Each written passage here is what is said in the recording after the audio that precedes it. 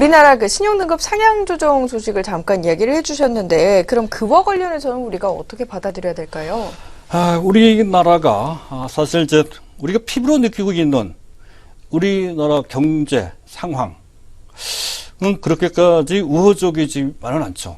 우리의 시각입니다. 하지만 대외에서 보는 우리의 경제 상황은 최소한 나쁘지 않을 뿐더러 그들 기준으로 봤을 때 타국에 비해서 훨씬 더 낫다는 진단이 나왔다. 이렇게 이제 판단이 됩니다.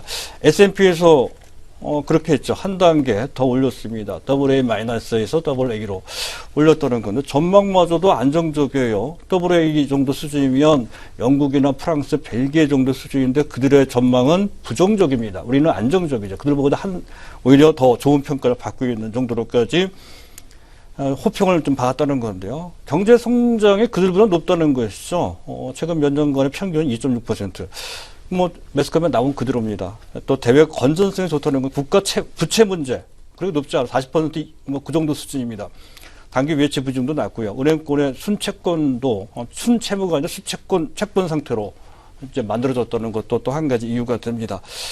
또 한 가지는 우리나라가 사실 양적 완화에 동참하지 않았죠. 그래서 통화 정책과 관련된 융통성을 좀 갖고 있다는 것도 그렇고 또 재정 건전성도 비교적 좋습니다. 재정 정책과 관련된 부담도 상당히 작습니다. 현재 재정 적자 수준은 3% 정도 수준으로 좀 묶여져 있는 상태지. 그런 정도라면 타국, 선진국에 비해서도 전혀 나쁘지 않다는 것을 배경으로 해서 이제 한 단계 더 올라갔다는 것. 그 자체로는 상당히 좋은 평가를 받을 수 있는 그런 내용이 된다는 건데요. 이왕 이렇게 된 김에는 현재 그 효과가 어느 정도 될 것인지에 대한 윤곽까지 잡아볼 필요가 있습니다. 하지만 아쉽게도 과거의 사례를 보면 우리나라의 국가 신용도가 올라갔다고 해서 우리 증시가 그것이 즉각적으로 대형 악재로 현재 그 효과가 발휘되지는 않았습니다. 가까운 예로 2012년도 당시 우리나라 국가 신용 등급이 A에서 싱글 A 플러스로 한 단계 상향 조정 됐을 때 그 당시 한 달간의 종합주가지수는 오히려 빠졌습니다. 물론 큰 폭으로 빠진 것은 아니죠. 0.74% 정도 오히려 내려갔고요.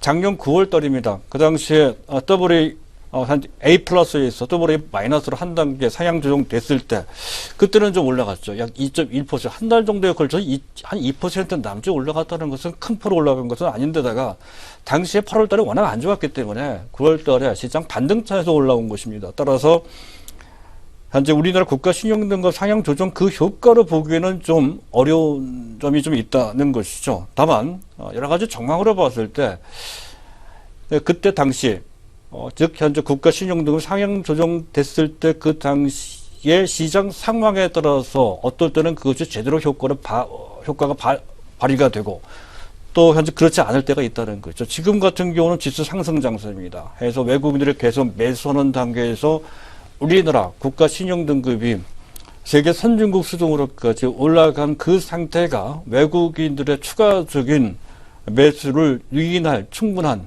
이유는 된다 이렇게 판단이 됩니다. 특히 전날 같은 경우 어제입니다. 현재 장 후반에 우리나라 국가 신용등급이 상향 조정됐다는 소식이 전해지자마자 외국인들이 순매수를 했고요. 오늘도 그 순매수 기조가 이어지고 있죠.